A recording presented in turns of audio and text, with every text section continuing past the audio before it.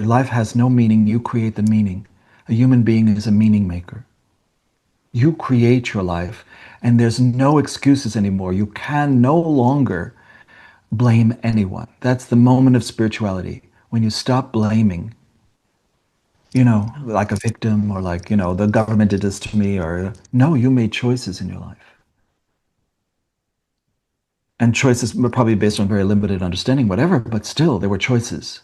Welcome, Foster Perry, to this podcast on the Who Am I quest. And we go back a way, don't we, Foster? Mhm.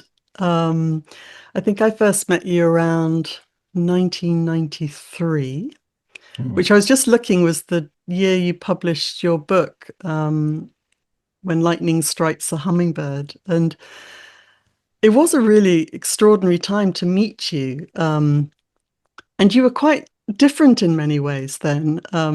You were more, it was almost as if I was thinking about this, like you'd just been born on some level. You were very, Mm. almost fragile, but with this extraordinary perception, which obviously, has probably grown even more now. But now you're much more kind of masculine, grounded. Um, yeah. So anyway, it's The difference between 32 and 64, exactly, yes, yes. 33 and But 66. Yes. I'm really delighted you've come on this podcast because you do very extraordinary work around the world, which you've been doing for decades, either on your own or with Christos. Mm. And I know that you help thousands and thousands of people. So I really wanted people to meet you more people to meet you. And your main emphasis is around awakening people through shamanic and Kabbalistic teachings, would you say? So much, right? It started in shamanism, in 1984, I began. And I had met a shaman from Scotland. Oh, That was wow. the first shaman. And he was a Marine commando. So he put me through Marine training, but on a spiritual level. And so he would make us hike, whatever, 14 kilometers straight up a mountain. He would throw me off cliffs and catch me. He was always pushing me to my limits, 2 minutes to brush your teeth, take a shower, and get ready for the day. Everything was timed, everything was discipline to control the mind, to be able to switch off certain parts of your mind. It was very good training for me, but tough. And I stayed with him for a year and then I left, the first shaman that I met. Because you love your teacher, you leave your teacher, especially when your teacher starts to become an enemy who demands money and starts to show you all the negative things about a shamanic teacher, which he did at the end. And so I left him. And then there was a series of shamans after that, then living in the Amazon jungle with different tribes, then living in Tibet, India, different places. It was a huge training for me, loving Africa, loving all these places, without prejudice and without judgment. That was always the hallmark. So, and then meeting Christos, he's the Kabbalist, he's the high magician. So then I got for 24 years now an initiation into Kabbalah, high magic, magical ritual, Solomonic magic, Enochian magic, all of that. And then being able to have him teach it through our school. We had developed a school. I've had foundations, the Golden Hummingbird Foundation. I've had so many things over the years, different centers. You came to one of our centers. Your daughter was conceived in Greece. Yes. We had centers in New Mexico. We had centers all over the world. And I like to start a school, have it for 7 years, and then I dismantle it. I never stayed too long in a school. I've taught everything, all the shamanic practices of being buried alive, recapitulation, that takes half a year to do, of your entire life underground in a tomb. I did the work in caves with animals, with wild lions, and I did a Sorry, fantastic. can I just interrupt you? You spent half a year underground in a tomb. Yes, you come out Wow. during the day and you go in at night. You have a straw so you can breathe outside. but you have to recapitulate your whole life. You have to either write it down. Usually I make people write it down from birth, whatever you remember from birth all the way up until now. It finishes when you get to the day of the recapitulation. It takes a very long time to do. And then what you're essentially doing is you review your life and you release it all. You have no more past, Lucy. Wow. You're like reborn. And I did that for 7 years with people. Wow. Then the cave work in shamanism, where the animals come in the cave and you experience them and you ask for your power. You know, the tradition shamans. I did the traditional shamanic work with everyone from African shamans to Eastern, you know. My father was Brahmin in India, so I also went through that process. My mother was Greek, so I got introduced. I married a Greek. I lived with Greeks, and a lot of them were very involved in magic. So it was very, very planned life. You know, I believe everybody has a life plan. And you do the life plan, you write it all out, you create it all in detail before you're born. And then you live it. Some people call that the Akashic records, reading somebody's records of their soul, right? And I've seen different parts of that record, even in past lives. So then I got very involved in quantum physics and started to do meditations with people where you go to visit your other selves in other dimensions.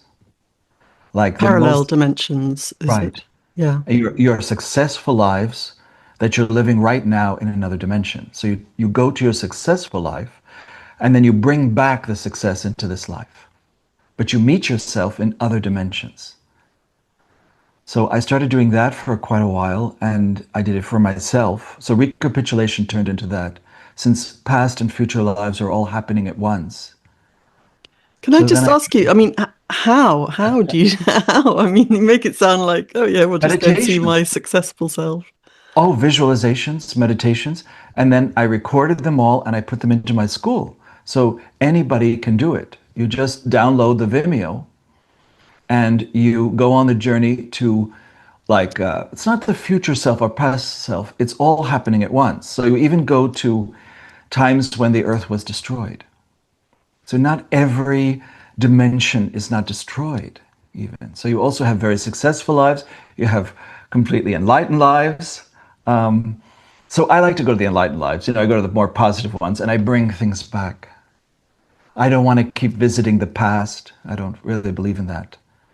You know, I help people to release a lot of the past, to release ancestral past, because that certainly is important, because we came, right, to the earth specifically to give an alternative to our family history. When spiritual lineages are ending in a family, that's when we come. And we want to reignite spirituality in a family because they've lost faith. Like when my father was dying of cancer, he told me, I have no faith. You have more faith in all of us. So I understood then. My job was to help them to go to the light and to show them that you can have the courage to be holistic in a world that is not very favorable to holistic studies. So I stay in my own holistic groups. You know that. I stay with my own tribes and I try to help the tribe because I like to be a healer for healers or a teacher for teachers. You understand? Yeah. You're a teacher, Lucy. You're a wonderful coach, but you're an advisor to people. You know, and there are many stages of that. You can even become a prophet. You know, everybody has it in them. You can be a healer. You can, whatever you choose. You choose it. You're the sum of your choices. But when we make the life plan, I follow the life plan. I followed those choices. And sometimes, I didn't take larger choices because I didn't want to be tempted. Like people were throwing millions of dollars at me, Lucy, and very big bankers, and everybody wanted me to be the big next star.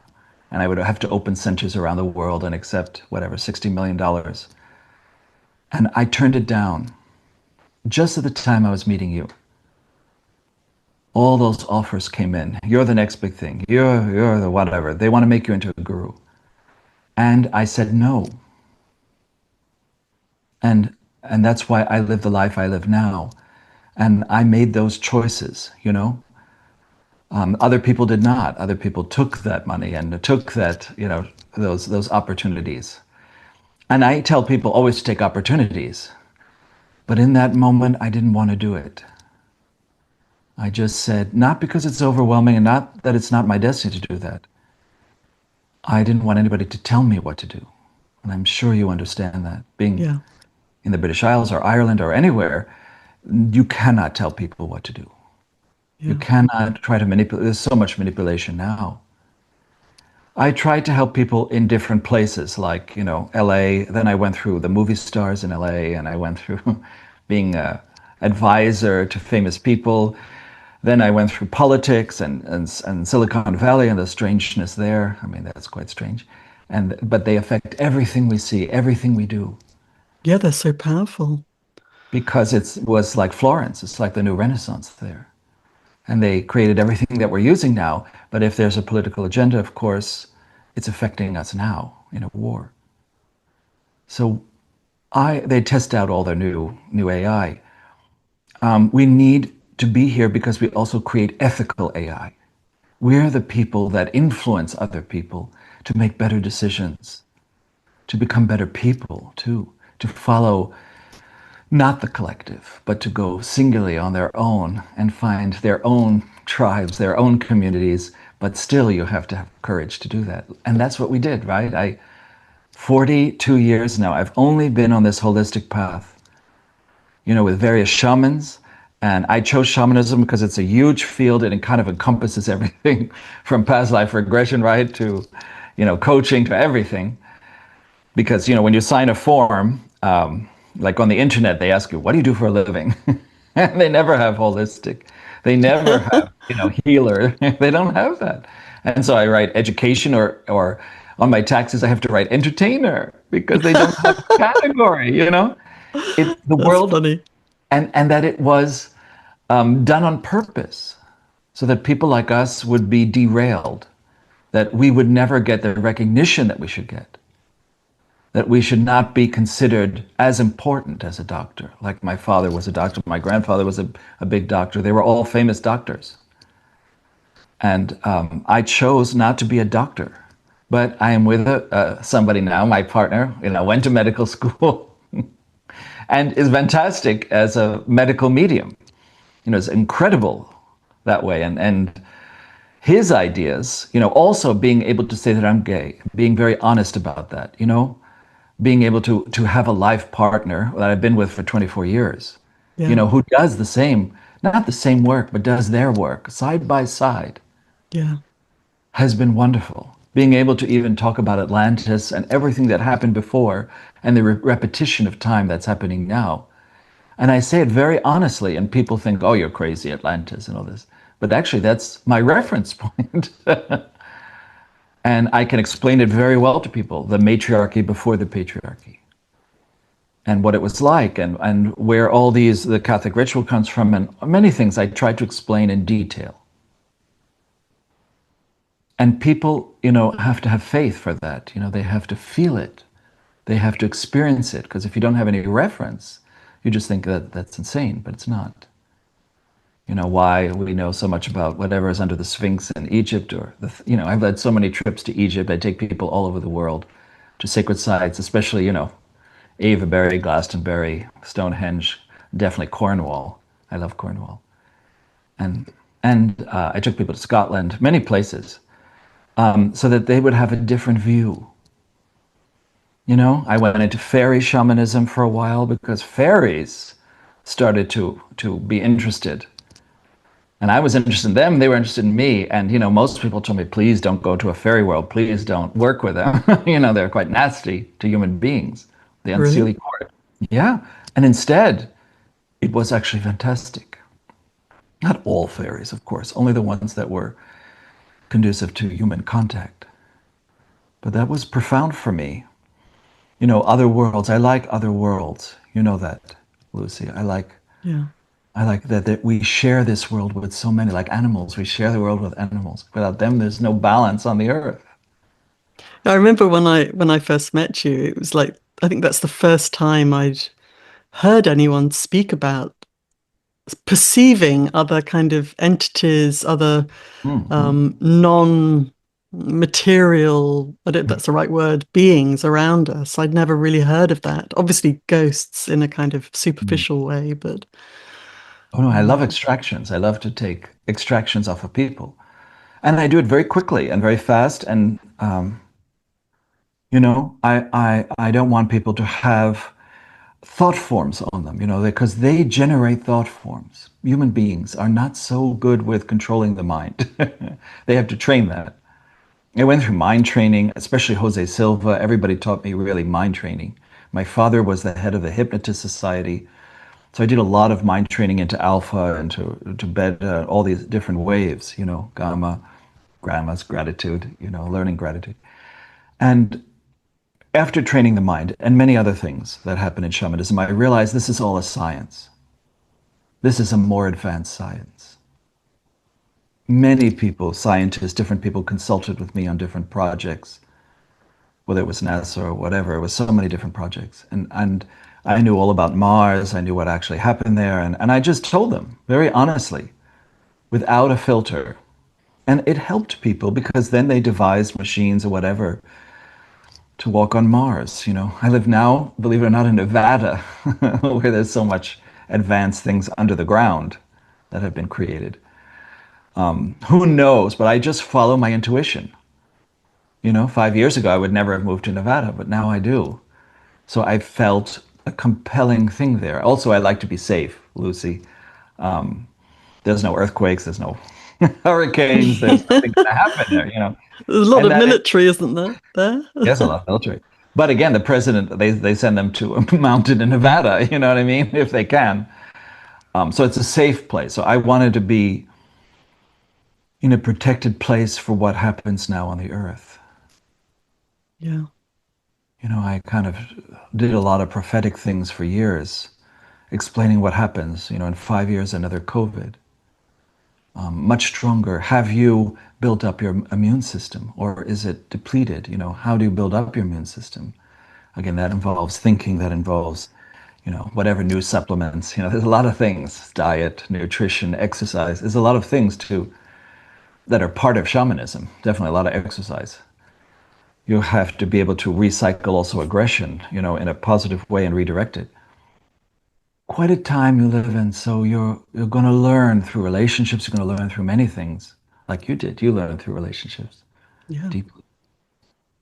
I asked specifically, I want white brotherhood. I want a relationship. I want like somebody who's enlightened. I want somebody who already got the philosopher's stone. I wanted that, Yeah.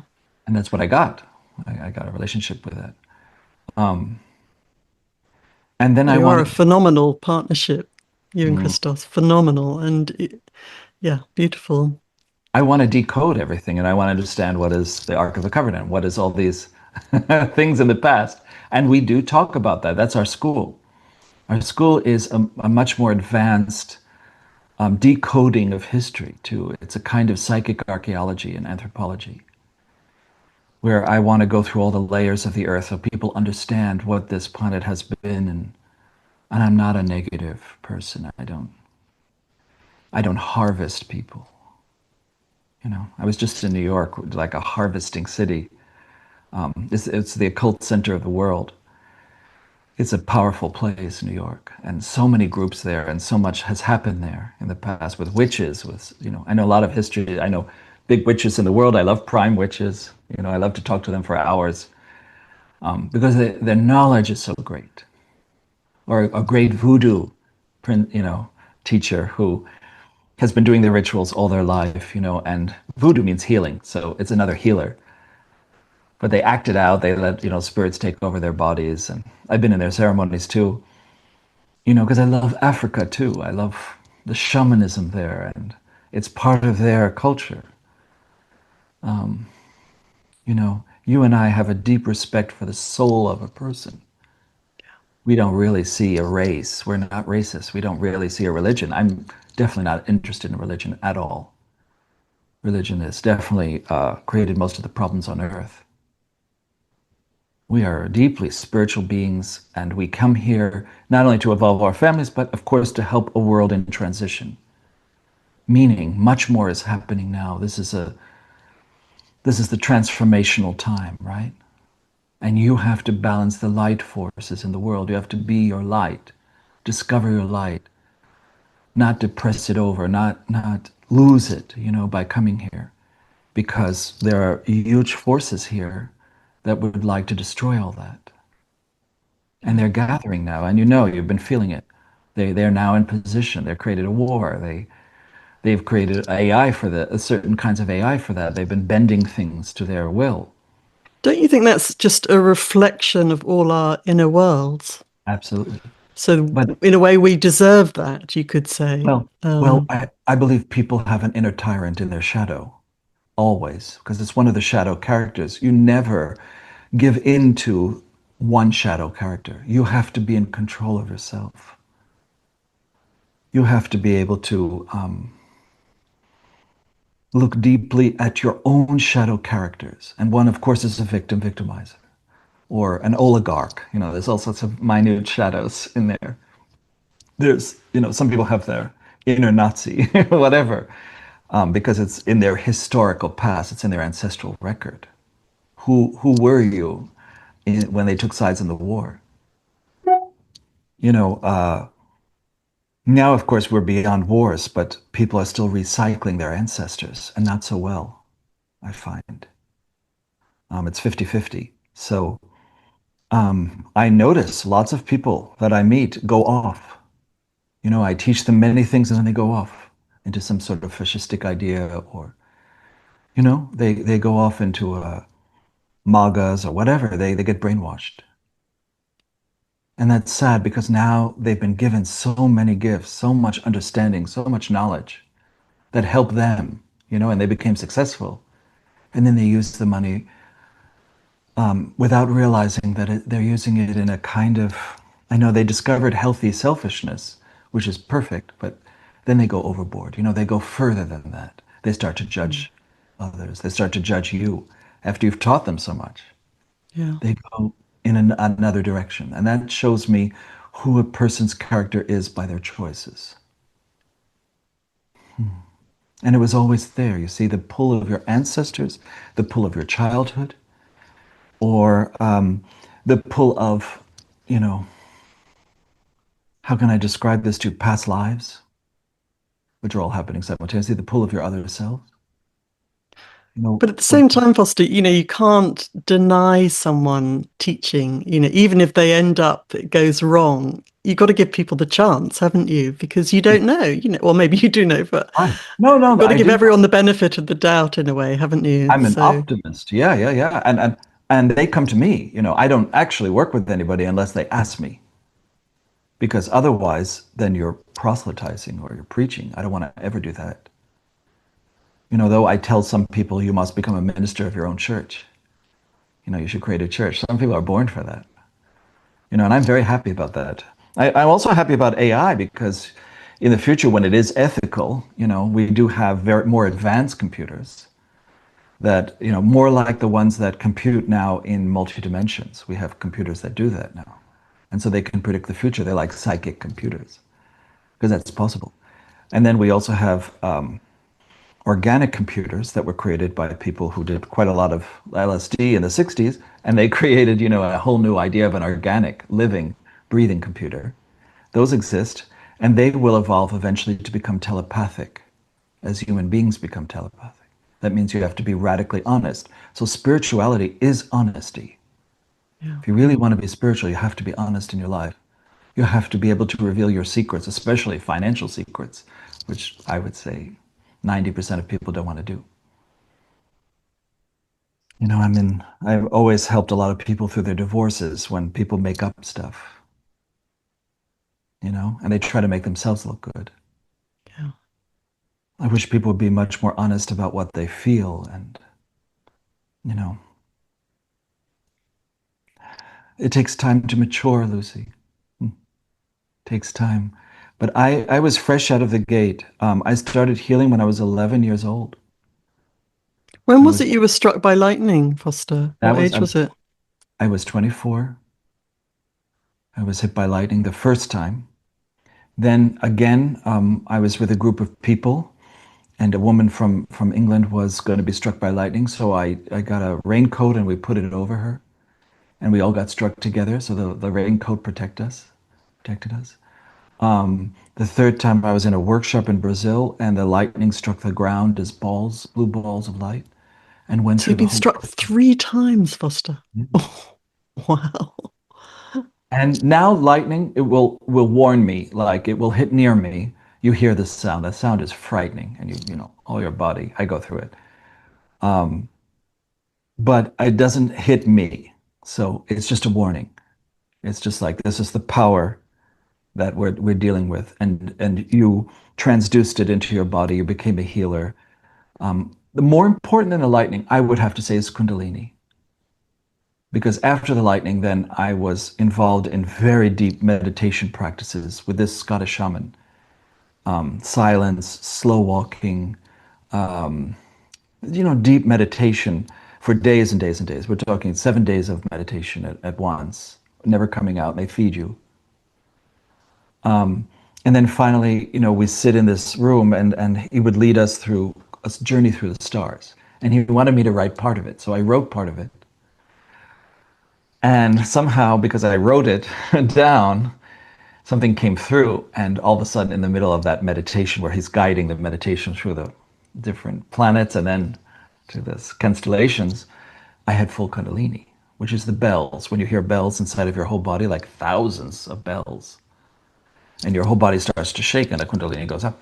So that was the clearing. That was the first big opening after the lightning. The lightning opened me. It became like a radio set, I could hear frequencies. I learned what channeling is. I had to really research what is happening to me. I met Native Americans then. So Native Americans and we built medicine wheels in New York City. They were making the skyscrapers then, the Navajo and everyone. So they believed I was Indian because I had my hair like an Indian, and I started to be like a res person. And I didn't come from a reservation. I came from a wealthy family, but I completely changed. I mean, really, I became an Indian. Yeah. I was only thinking like an indigenous mind, the Indian mind. I saw everything. I remember walking in New York after I was hit by lightning, and a woman came up to me and she said, "Oh, you just opened. Here's a crystal." Or read this article about this woman. She's giving readings to people who just opened like you. So I went to see her, and she gave me a 3.5 hour reading. And that Linda Waldron. And then everything changed. She told me about kahunas in Hawaii. I should study with kahunas. And then everything comes from there. To, the first people you meet. Of course, later they want to work with you because when you have, at one point I had 10,000 students. It's too much for me. I was overwhelmed. Wow. And then I stopped. Now I'm with Christos, and at the most we can work with is 1,000 people a year. We go to 20 countries. And I'm interested, I'm a little bit of a manipulator. I like to manipulate matter, you know. When I first met Christos, Alchemist, isn't that? I like to change things, influence people, especially politicians or people in power or in the arts or creative people to create new ideas, things that will change the society. That's why we're here. And we're receiving so much information for each person. Only when they're in front of you, right? Do you get the information? And then it just comes through you and you just say it. And some people are going to have very mundane lives, They just want security and when am I going to meet this person and when am I going to buy a house and am I going to have enough money? And so you just give them that reading.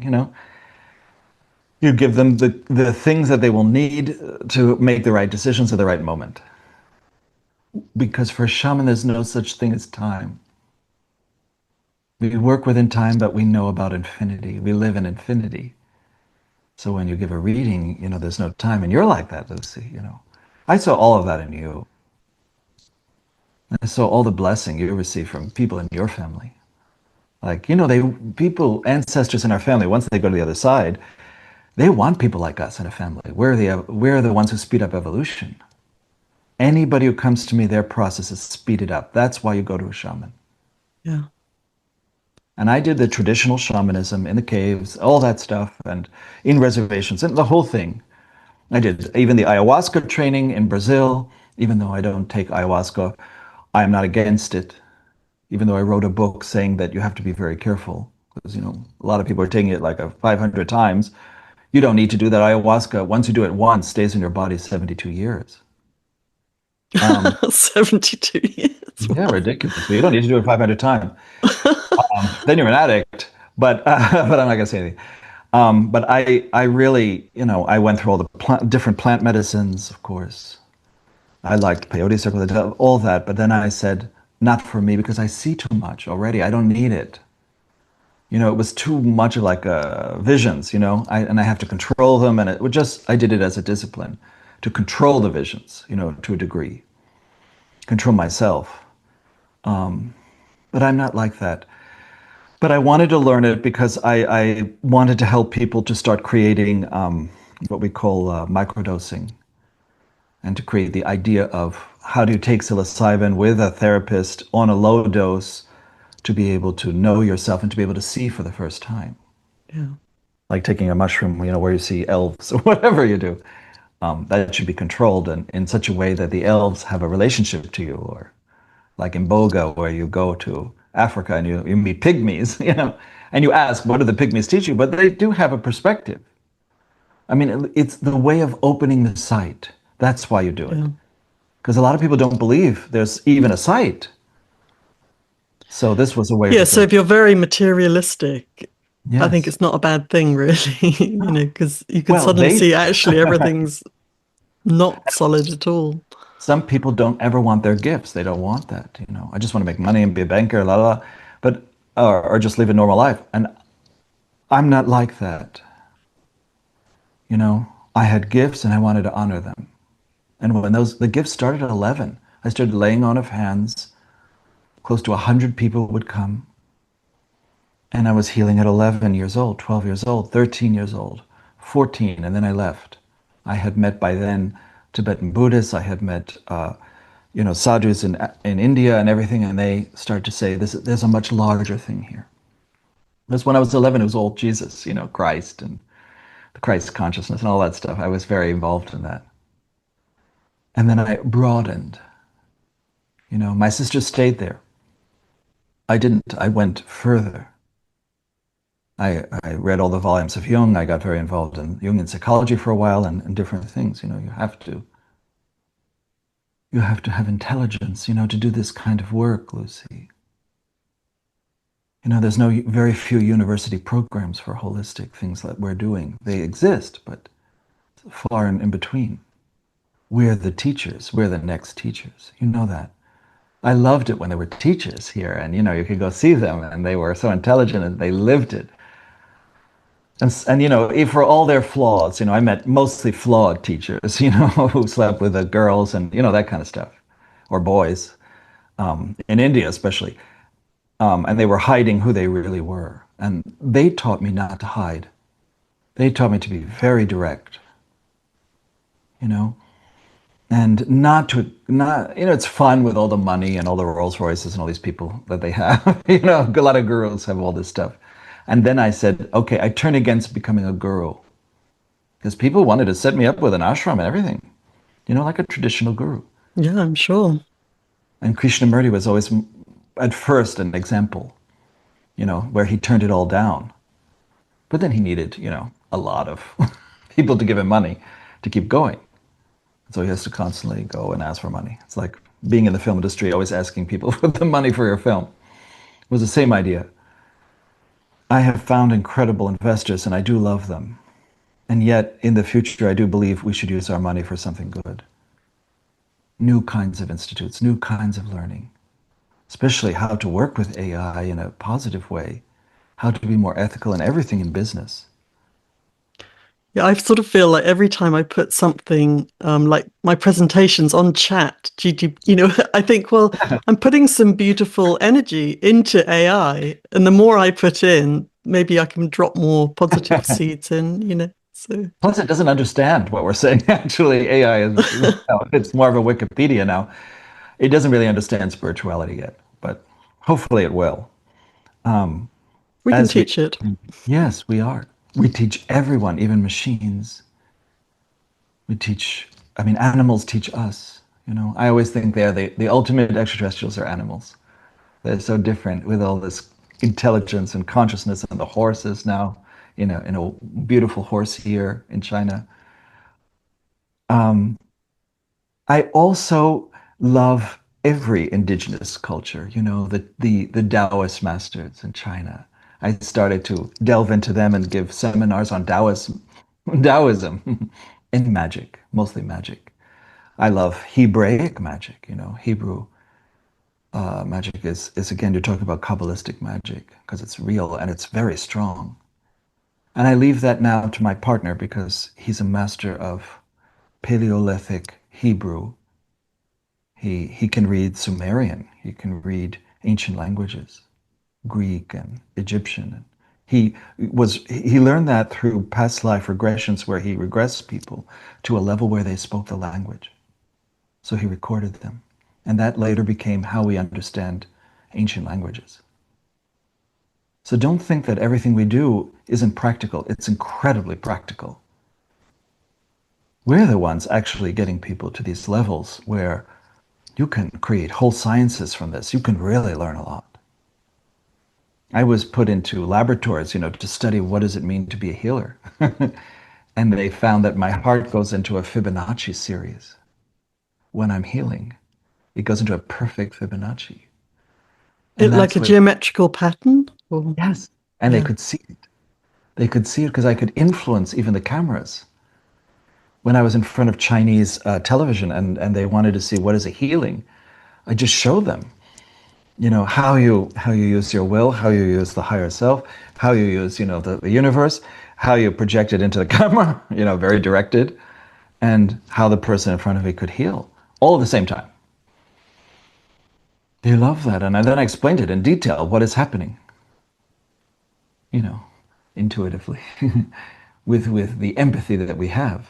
It's more than empathy. It's a trained intuition. This is Brave New World. This is why we're here, Lucy. Let's see what we can do. Let's see how far we can go. Let's see how we can do it in balance, because the balance is the hardest thing.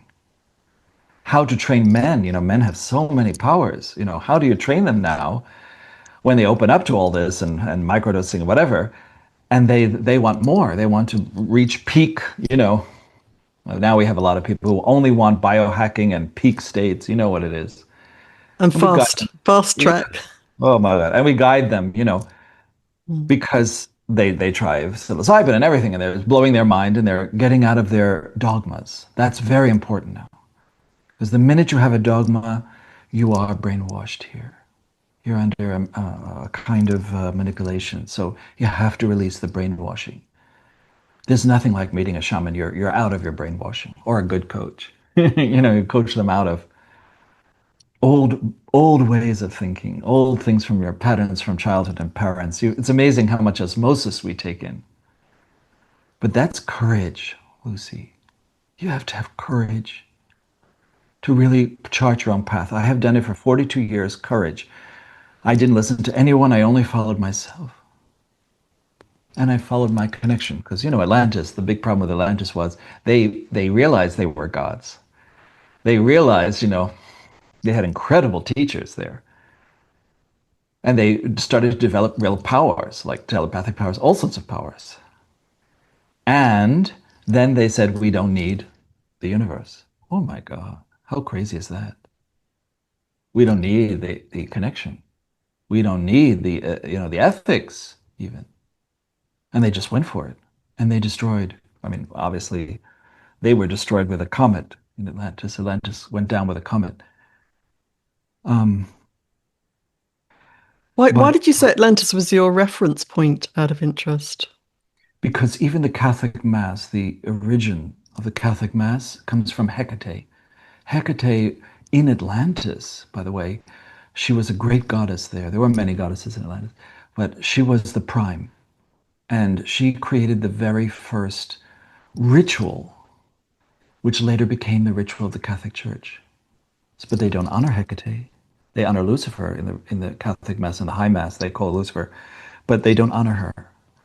So they made it all patriarchal. They usurped something that absolutely works. The Catholic Mass is a real ritual. It really works, but it is derivative of something feminine, matriarchal, that was built in Atlantis over a long period of time and used by women as high priestesses. It was quite an amazing teaching. So what I did was I started to teach people the original Hecate ritual in a modern way, or Lilith, who she was, the first enlightened woman, and her story. I started to tell the story of Hecate, Lilith, Chiron, all these kind of beings, the archetypes you want to call them, but they were actually more than that. She was a titan.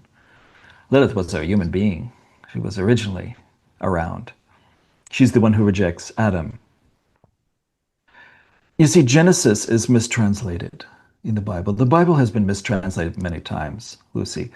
It's not a good reference point, but they put magic into the Bible. So, you read the Psalms, you can do all sorts of magical things just using the Psalms or using the first Gospels.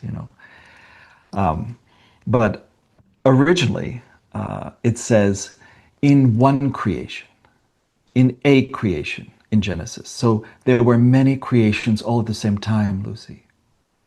That's the idea of multidimensionality. There's not one God, there were many gods, many creators, not one.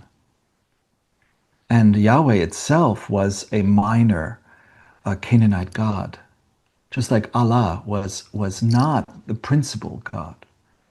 They chose one God out of the many, out of the polytheistic pantheon.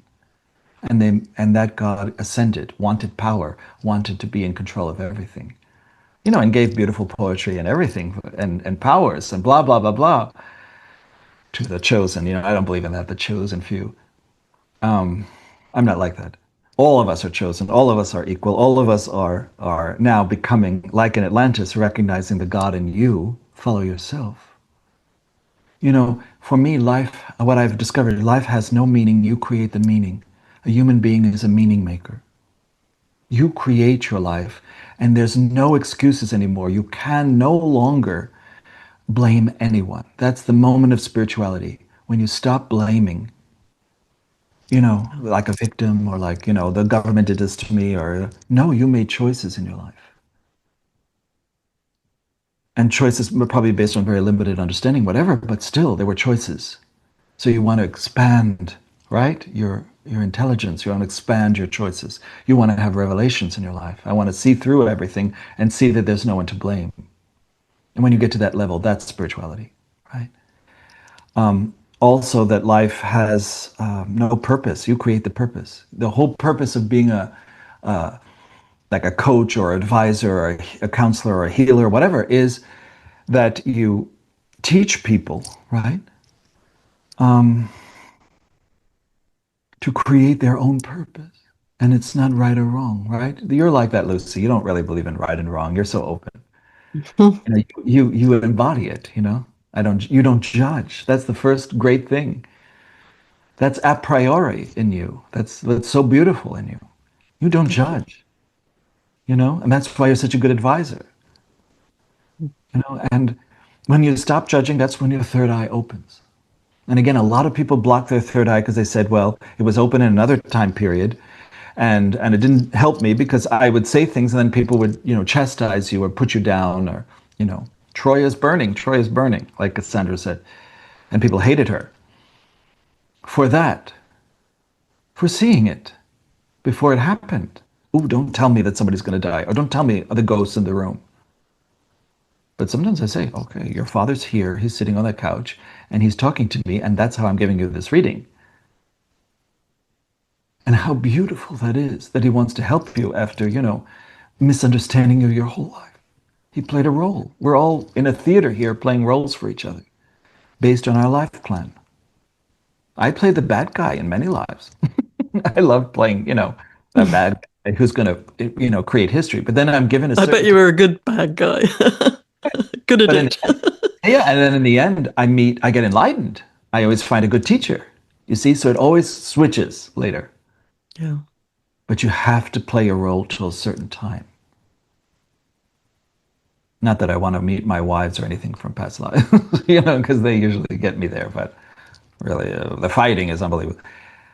And I learned, in time to finally relax a lot more and allow people their own opinion. And Because in the end, playing even the negative role, you come around and you see both sides now. That's enlightenment, right? And there are many stages of enlightenment.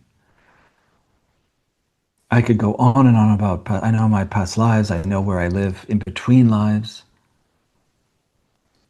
And yet people always say to me, don't you just yearn to go home? Not really. This is a mission. As long as I'm here, I do my mission. It's a mission. I'm not making that up because the mission has a way of already organizing it synchronistically if I'm in alignment. Yeah. When I'm not in alignment, men are always asking me, when you're watching pornography, am I in alignment? I said, only if, you do like a sexual thing, where you're trying to use your orgasms to connect, because an orgasm connects you to divinity. It's an electromagnetic thing. So I try to tell them, well, you don't orgasm the first time, you don't orgasm the second time, but the third time you do. So you have to build it. And you can't do it too much or affect your prostate. Everything in moderation. So I'm explaining to young men because they just, they're overwhelmed.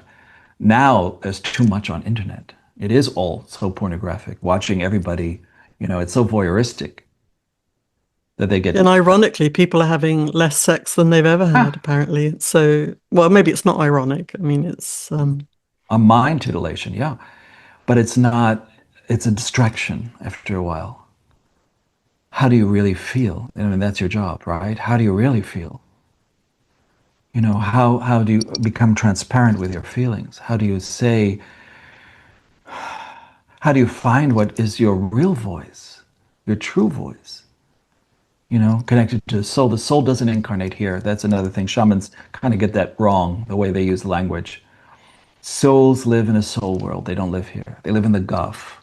What they say in Kabbalah. They live in their world. It's too much light. You don't go there. It's tremendous light. It's too much light. You'll faint. It's that strong. So the soul has to send us your spirit here. So this world is like a movie. It's a projection from your soul. And when you die and you return to your soul, what's fantastic is it's all a dream here. You just had a dream. But what a dream, and to you it seems like it's so long, but it's actually a few seconds for the soul. I went, I went through then a shamanic training with dreaming. I wasn't very good at that, Lucy, but I learned to do lucid dreaming. So I could wake up in my dream, I could wake up in the dream. It was a little scary being out of your body and everything is a certain color and you're walking around, you see the spirits. I got trained in lucid dreaming and I could wake up in my dream and change the dream. It took a long time to get there. And then I met dreamwalkers because many people who were in those groups were dreamwalkers. So they could enter your dream. They could meet you. They could do all sorts of things. They could manipulate people through the dreams. A lot of times it backfired on them. So I had to watch, how people misuse powers. But it affected me deeply that it was possible to enter someone's dream and affect them, for good or bad, I don't know if I believe in good or bad, On some level, you're giving permission, you gave permission to somebody to do all those terrible things to you. And you have to call back your permissions. You have to call back your power, as they say in shamanism.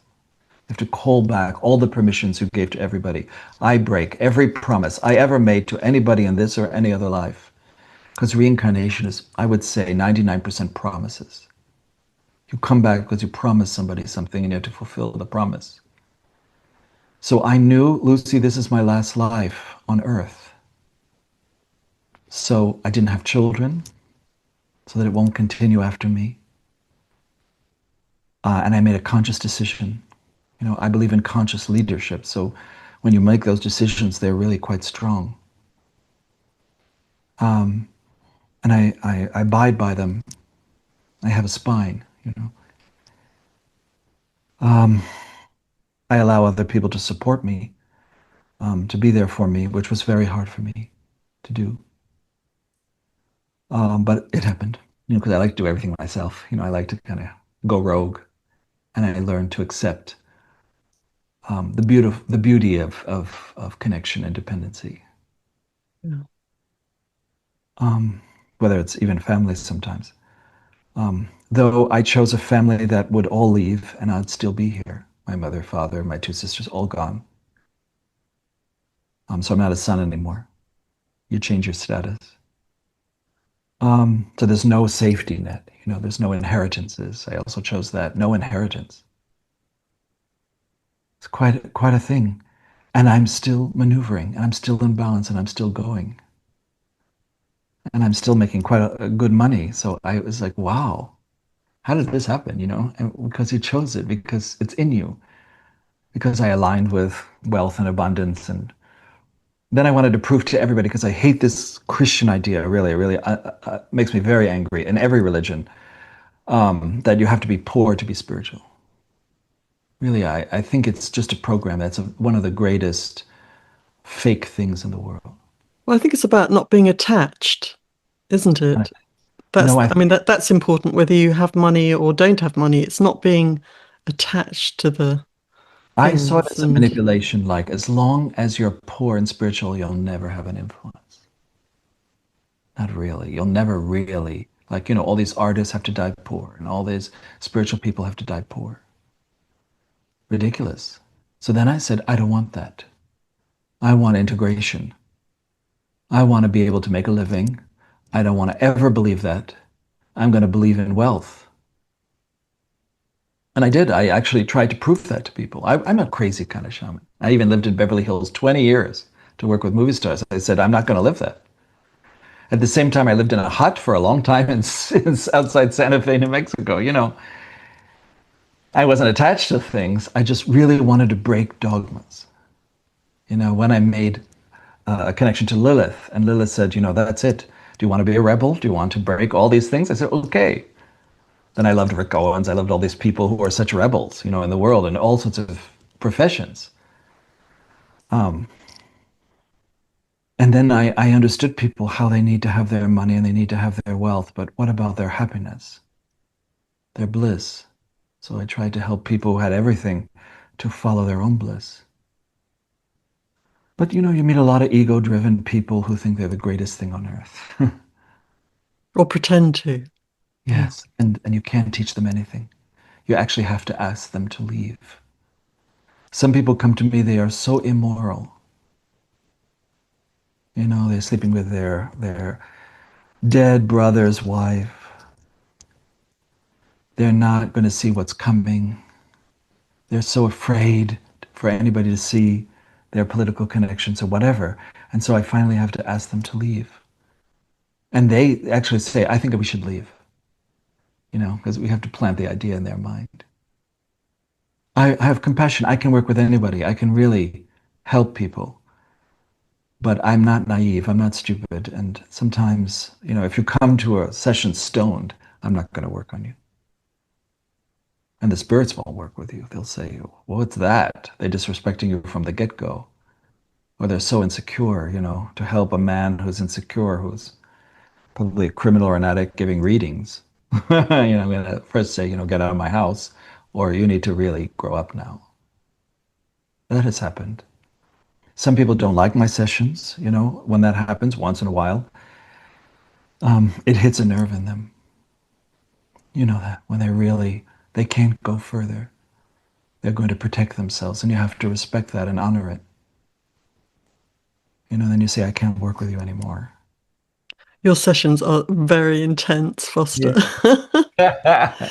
I do want to share, actually. So when my husband and I, we went on a retreat with Foster, and I'd been trying to have a baby, and I'd had a miscarriage, and I hadn't conceived, and Foster did something. I think it was to do with my grandmother. I can't remember, but you removed something, and I literally the next day knew I'd conceived a baby. I could feel it. I remember this, like, just wanting to protect my womb, and I did. I was pregnant. So literally the next day, it was it was so intense, Foster.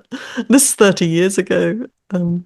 I had friends, and they wanted to leave their husband and they didn't want to be together and whatever. And there's another part of me, that says, well, let's give it another try. And I say to them, you're going to have a baby. And I point to their womb, and then I said, you're going to conceive on so and so. And at least the child is going to help you to evolve. And it's true. And a lot of those kids, I became the godparents to. I had one friend, she's a witch, a practicing witch, and a powerful woman. That means she's a woman studying her own magic. She, uh, she was 53. She said, I want to have a baby. I don't want to spend the rest of my life alone. She already had grown children. And so she did it. She's a homeopath. So she created being pregnant and everything. And we supported her. You know, it's very hard at 60 and 70 to have little kids, like young people, but she's doing it. She wanted to stay young. She's a witch, so she can do a glamour. Now that's practical.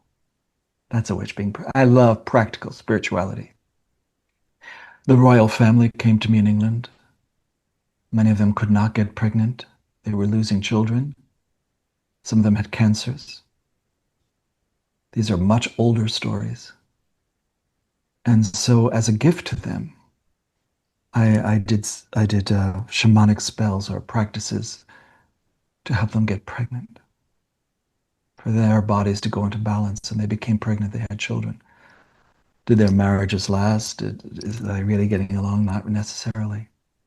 But they have the children. They have the best. The women have the best of their husbands, and the husbands get to have their immortality, their children that will pass on their name and titles. I have compassion for every kind of person, right? I work in Moscow even, you know. I don't care where you're from or you know what despotic ruler is ruling you. I have Trump, you know, another despotic ruler. But, you know, bless him. You know, I still work all the time with Americans. Doesn't mean that they're part of that oligarchy. Mm. And people get tremendous benefit. So, you know, and I love working in the East. They're all scared of me, you know, they're very superstitious. You're telling them all these things, you know, it's too superstitious for them. You know, they start screaming or whatever they do, or they want to run away. And don't tell my secrets to the, you know, people. But the ones who really have gone through a tragedy, like one of the ministers in Japan, when he committed harikari and his wife came to me, and we helped her to, because she watched him kill himself. And there's children. And not because he did anything wrong. He didn't even do anything wrong. Just in Japan, if you accuse somebody, it's a great disgrace. So we helped her to come back, to write books, to inform Japanese society of what she went through. Don't hide, don't keep secrets. Help others through tragedy. Right? So when you lose a child, lots of people come to us, famous people who lose daughters or sons, and then it passes to the next generation too. Because a lot of this is anniversary effect. You have different generations repeating. Like the mother had an abortion when she was 17, the daughter then has an abortion at 17, and she doesn't know why. Because your mother never told you she did the same. It's still there, it's imprinted into you. And then they create their own fulfillment of their own little prophecy, an anniversary effect. Lucy, and you have to figure out all these things, you know? There are different stories, different things going on inside of the psyche. Mm. And you have to love people to see it all. Yeah. You have to accept them just the way they are to help them to accept themselves the way they are. I have my own flaws. I love to look at my flaws. If you know what your flaws are, less people can manipulate you. Because if I'm in front of someone quite nasty in their magic, you know, they'll immediately try to put up something that make me start fantasizing about something, you know, if I haven't dealt with it already inside of myself to distract me from what they're doing. I learned that in Brazil with Macumba, with all the magic they do there in Candomblé. I had to learn that magic. I had to invoke those spirits in order to not be manipulated. Because people were just so jealous that I was there.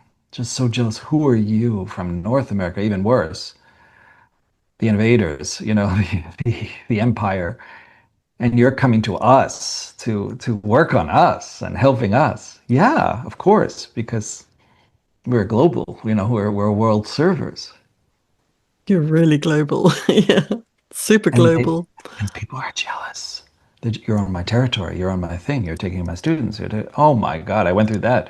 Years and years, never ends actually. You wrote books. I have a new book coming. I'm writing it now for a big publisher. So imagine you have to have a thick skin and you have to be able, anybody now who sends negative energy to me comes back to them. You have to do that spell, Lucy. That whoever, like an eye or something, whatever they send to you goes back to them immediately so that we are immune, so that we can do our work.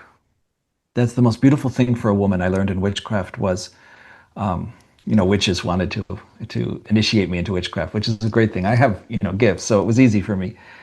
And I love them. I love women, you know that. I'm a big champion of women, especially my mom. I started with my mom. Gay men love to empower women. It's part of our thing. But we also help men. And it's amazing. It's all straight men. You always help straight men. Um, but one of the powerful things that I learned in witchcraft was that a woman has the right to defend herself.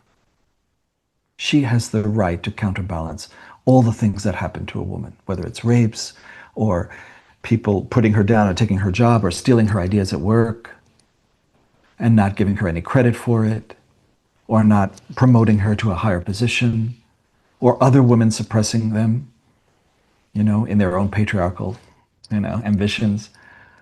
Lots of things, the competition and the jealousy. So witches said, no, you can defend yourself. You can protect yourself. That is the right of a woman. No, you don't just take it. You don't just sit down. You don't just, shut up and be the woman behind him, which my sisters did. They served their husbands. They were, either they controlled them with the Bible, you know, but it killed them. They both died before their husbands. Even when their husbands cheated, even when their husbands cheated every day in their mind. They died unhappy. But now, my very Christian sisters visit me from beyond the grave. And I have Christos, because Christos can talk to my family. He likes to talk to my family. He's closer to them than I am sometimes. He and my father, very close. They say, oh no, now we're atheists. We don't believe in the Bible at all. Because God is a construct, all of us together as one is divinity. There's no such thing as God. Though I have met the Father of God, Father God, and I say Mother, Father God, I have met him and I really like him, but it's very different than what you think. We did a ritual once, a fantastic one in Italy. Christos was channeling the Mother of God, and he was getting stigmata at that time. And his whole body, he would get second-degree burns. His whole body would start smoking. And the Mother of God would come through him. She's a powerful force. And he likes to evoke, not just invoke. So she would appear in front of us. And the faith that I have in the Mother of God the goddess was incredible. And there she was. And from that day on, I only served her. I loved her in so many forms in any goddess, but there she was. Beautiful. And I took photos of her. I took pictures. She let me take photos. It was such a big ritual, a lot of people. Can I And then just go back a minute? So you say there's no God, and then you said you met Father God. I didn't really understand that, what you meant by that. one of the many gods. The Father that you meet after you die with a gray hair, a nice person. You walk with him, you talk about your life with him. I always said, I don't want to just do it in death. I want to be a shaman who's in between. So whatever I'm going to experience after I die, I also like to experience here. I'd like to review my life with the Father of God and take a walk with him in a garden or in light. And that's what I did. And he came in a ritual, in a heightened experience, right? Another time it was with the Mother of God, and when she physically appeared and I got photos of her, it broadened my faith. It was like a full experience of her. That I volunteered and I said, okay, I want to go to Earth. Okay, I want to help a planet that's in distress. It's in distress. I want to go to that manipulated planet that's in the suburb of the galaxies, which is an incredible place.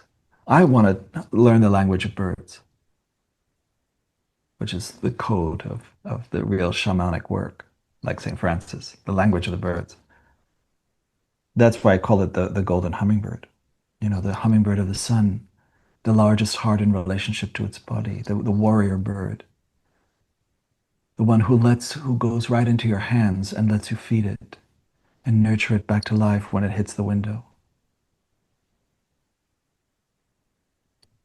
The bird that drinks the nectar of death in life and recycles it and transforms it. Like prana, amrita.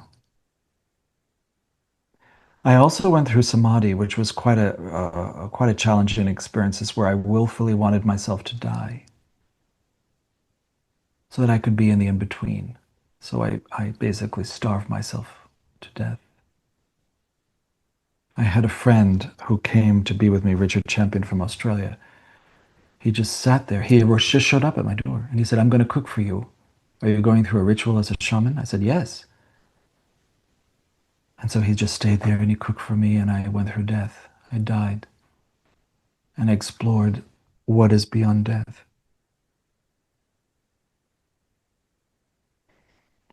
So I do contradict myself a little bit like that, the Mother, Father, God. There's many gods and goddesses.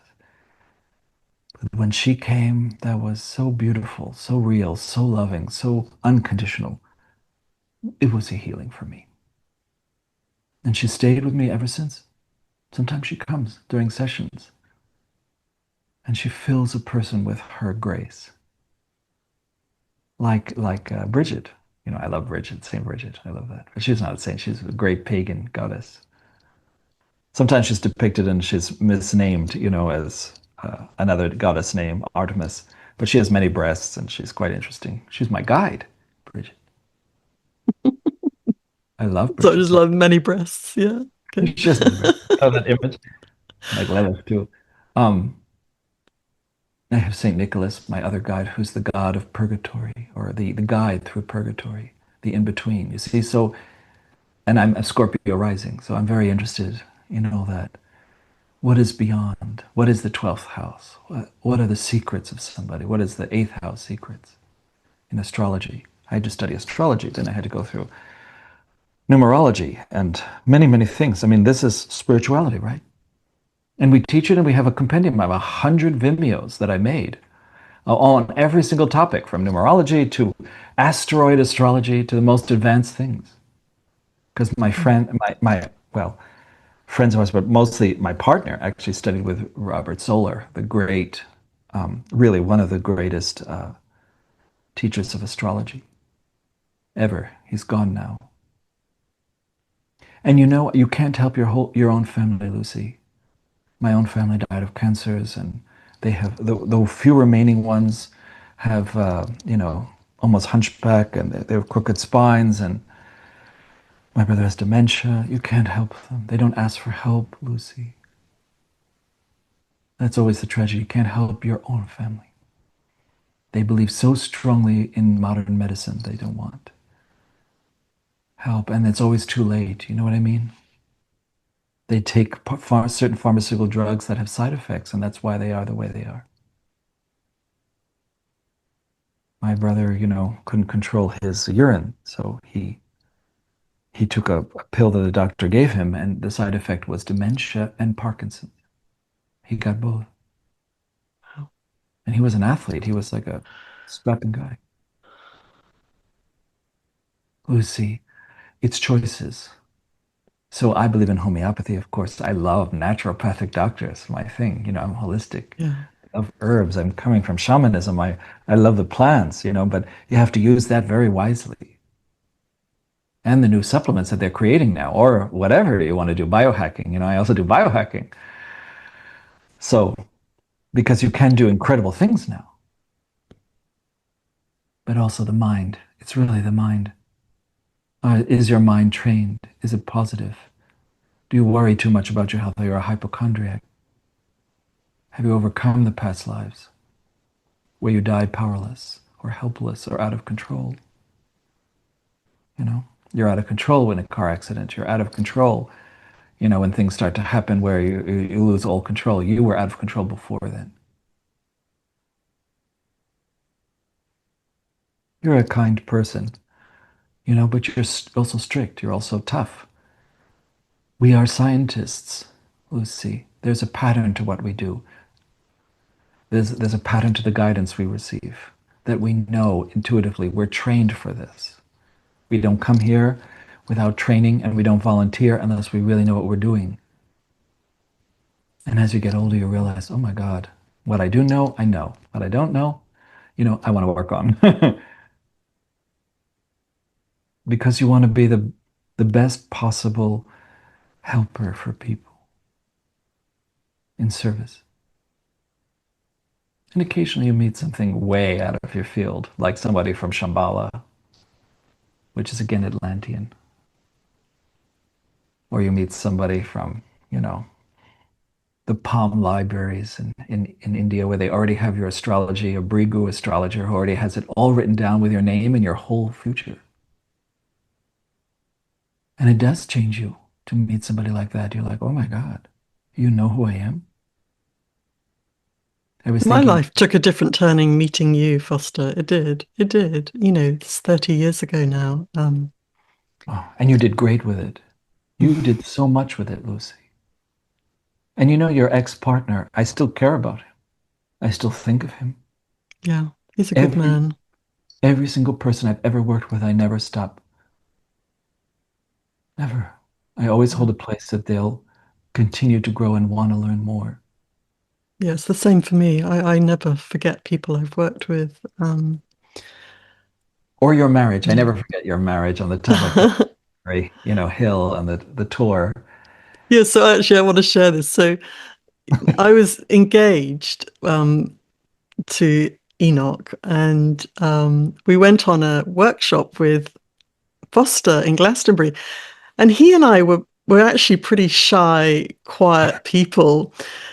And Foster decided that we were going to get married, but it was like, so we got totally dressed up with flowers on the hair and all sorts of costume, walking through Glastonbury High Street with didgeridoos and drums, and it was like, Go and then on. we Go went on. up to the top of the tour and had a little wedding ceremony up there, and then a crow actually dropped this ring. It was really extraordinary. And it was an amazing ceremony. But I just remember thinking, oh my gosh, we were both like being totally the center of attention walking through Glastonbury High Street.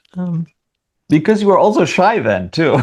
Yeah, really shy. Didn't Both of come us out. were. And we would never have chosen that. Odin blessed you. But remember, it was a really, really symbolic wedding of the god and goddess. It was a pagan wedding because we were honoring the spirits there. And this is what they love. This is what they celebrate. And you were the representative of the goddess that day. And he was the representative of a god. Yeah, and I'm still bound to him in a beautiful way. I say bound, but I'm kind of free and Yes. forever connected, I think, because the marriage is such a powerful Yes. And you made a choice. connection. Yeah. When I got married, I just went to the courthouse, because it was the day we were allowed to get married. And I went and we were on the street and this lady was in the elevator. And I said, I don't know where we get married now because we have the license, we did that. But now we have to actually go through a ceremony. And I want to do it all today. So where do we go? So I asked this woman in the elevator. She goes, well, I'm finished for the day, but I'm going to marry you as my last people. Okay. So on the street in front of the courthouse, she married us. And she just grabbed somebody from the street and said, would you like to be the witness to their marriage? So there we were. We're on the street. We got married, and the light, I mean, the incredible light and everything that happens when you get married. And we did our vows. And I said, I am not responsible for your happiness. You're not responsible for my happiness. And as long as we're not responsible for each other's happiness, I will commit to 100%. Till the end, or till the expiration date. Everything has an expiration date. And we were so honest in that wedding. And then when it was all finished, I said to the lady, "So who are you? I want to know who married us." And then it came. She said, "I am the representative of the golden hummingbird." And we looked Wow. at her. And I said, "You mean the organization?" She said, "Yes." And that's when I realized that's the organization I started 30 years before. Wow. And she was the representative of it. Blew me away. I mean, the synchronicities. So then I asked the lady next to me, "So who are you, the witness to the wedding?" She said, "I am a practicing shaman. I have been living in Peru and Bolivia for the last few years, and I have become a shaman." What are the odds of that? In the middle of Beverly Hills in a parking lot. So, synchronicities, right? The incredible things about them. I believe 2027 is quite a year of contact. Many people have said it, but it actually is true. Contact, did you say? Yes, with other dimensions, with other beings. We like to open portals to other dimensions. I'm a shaman, and I'm with a Kabbalist who's a high magician, so they like to open portals. That's also what Crowley did, and lots of people. They opened portals that really did change the world. So we're continuing to do that.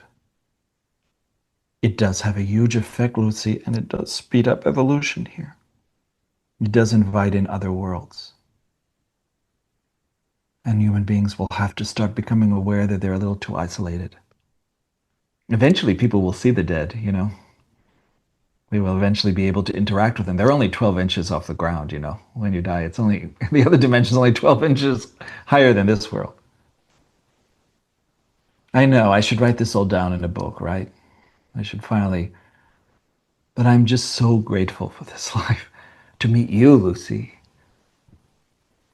Everybody I met, it's been incredible. I remember meeting Matthew Fox and having dinner with him and Anita Roddick once in New York, and she was giving him money, and he's just a brilliant man. He was just excommunicated from the Catholic Church. He was a priest. And I just loved listening to him, and he's very intelligent. And at the very end of the dinner, he just turned to me and he said, "And you're a real practicing shaman. You are the real thing, Foster."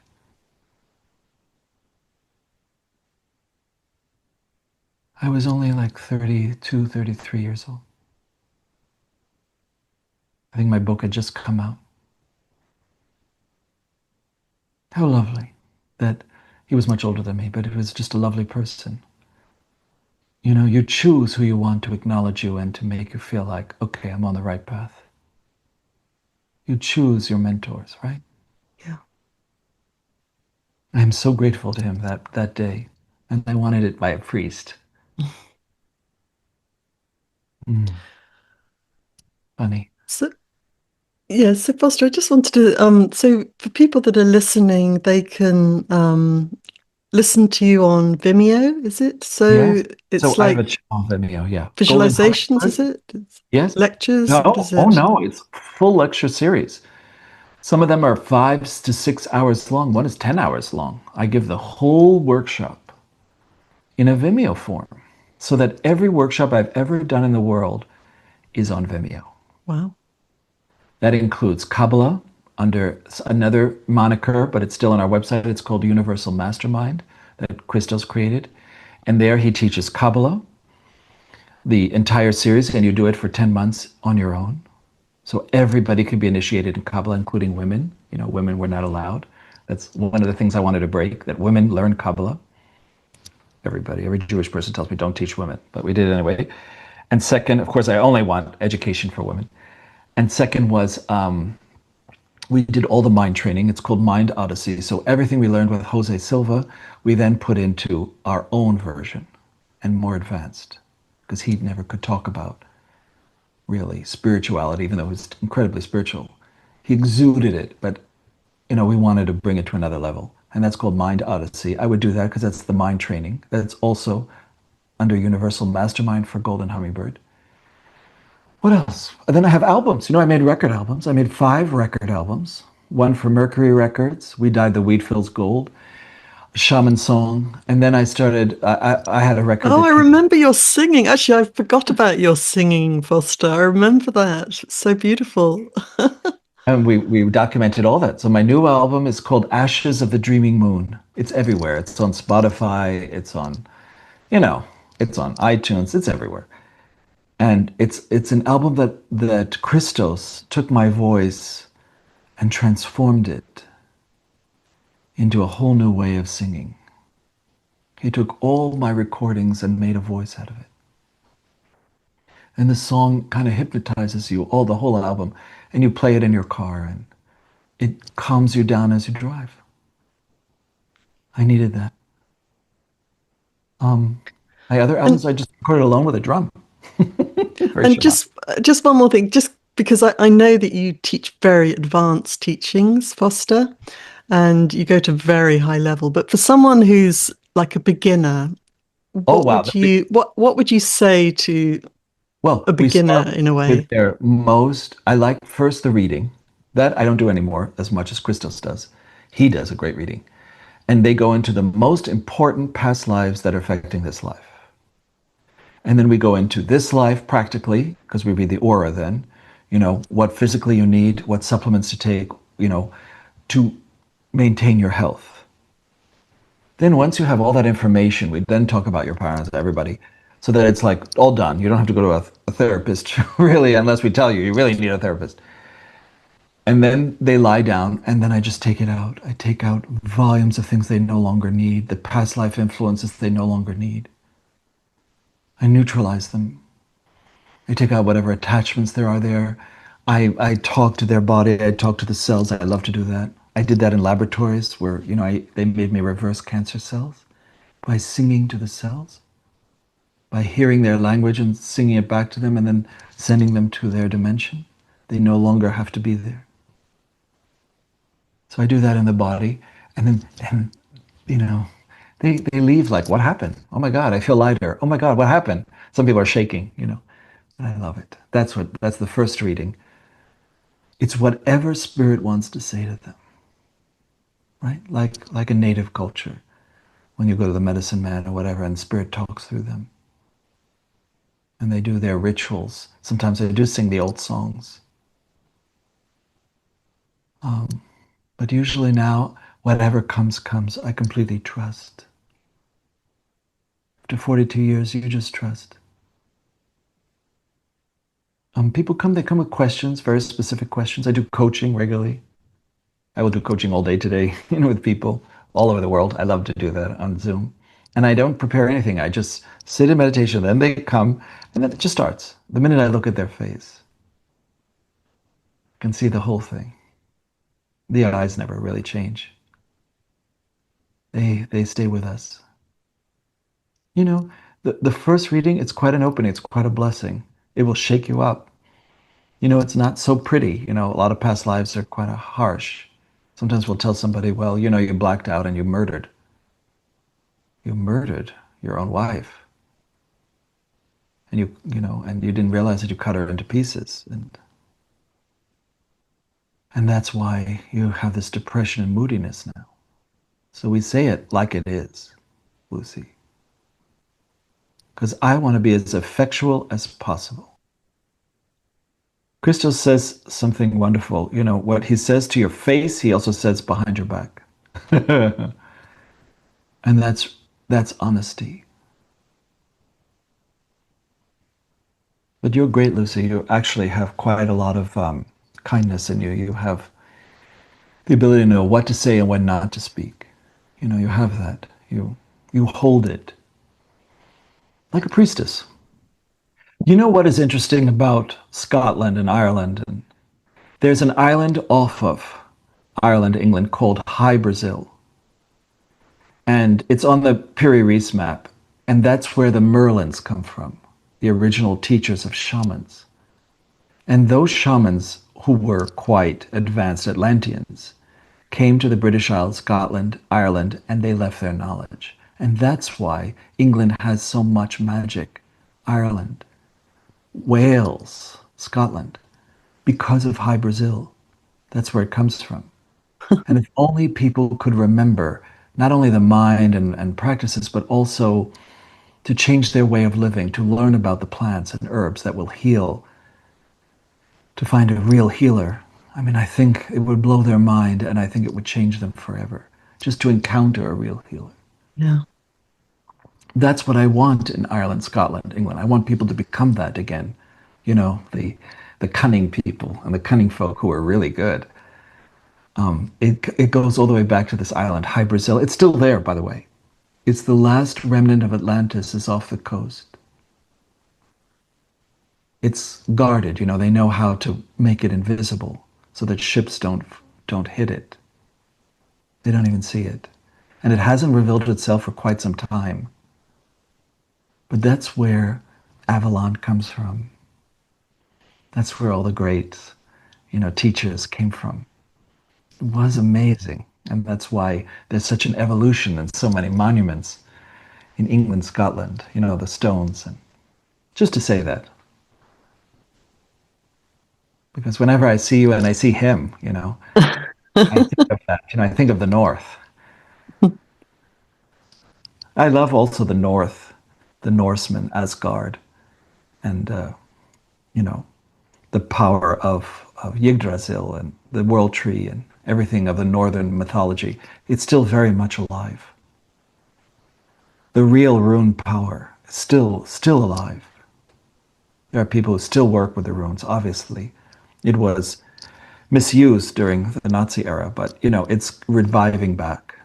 Certainly. There are people using it now, Lucy, to good effect. Can backfire on you if you don't use it in a pure way, but fantastic stuff. That's dynamite. Spirituality is like dynamite. Not for the uninitiated. Once you get into certain levels, we have to protect it because you can use it quite strongly in the world. And people do that. Yeah. Not always to good effect. Yeah, you need to get your ethical foundation right to begin with, I think. Whose side are you on? Light or some other nefarious force? I don't like polarities and these things. I go beyond them, but I see both. And you have to destroy what is trying to destroy light. Quite a world. Quite a world you're living in. Wow, so many things. That's why Yeah. everything you do, Lucy, has importance. Every person you meet, every way that you are, and what you represent spirit, you represent a holistic way of life Yeah. through example, through your very being. And it's worth it. It's enough. You're enough. Just by volunteering and coming here, you're enough. I didn't say it was ever easy. It's I not didn't say, easy, no. oh, we don't really understand this world that well. Not really. What is it to understand if it's not true or it's not real? We understand what's real. We come from that source. Here. Like a diplomat, from some other place where we already proved ourselves. We don't have to prove ourselves here. We just have to do it, do the work. And it's an unfolding. It unfolds as you live. But the essence was there at the beginning, and then it keeps opening. Never stops opening. Like kundalini. Well, thank you so much, Foster, for Oh, coming on. I was so pleased you said yes. I was quite surprised, actually. it was the right timing. Yeah, I'm here in this beautiful German resort. I'm in a German resort right now, but I'm feeling a lot of things because I'm in Germany. So I remember the past here. It will take another 150 years to heal what happened here. It takes that many generations to heal what happened in two world wars. yeah. Some people. Well, thank you very much. I Thank really, you, really Lizzie. appreciate it. It's lovely to see you and say hi to Christos from me as well. Yes. He's well. He's in the other room. And I'm considering whether to see you when you come to England. I'm looking at whether that's possible because yeah, you're coming to Britain in May, I think, isn't it? Yes, yes, Yeah. yes. So I hope next year we can go to Scotland. We'll see. I think I think it could be time to spend time there. thank you But so much, Thank you, Foster. Lucy. It's Love been you, Lucy. beautiful. Covered so much ground today. Yeah, Too really, much, I know. like woo.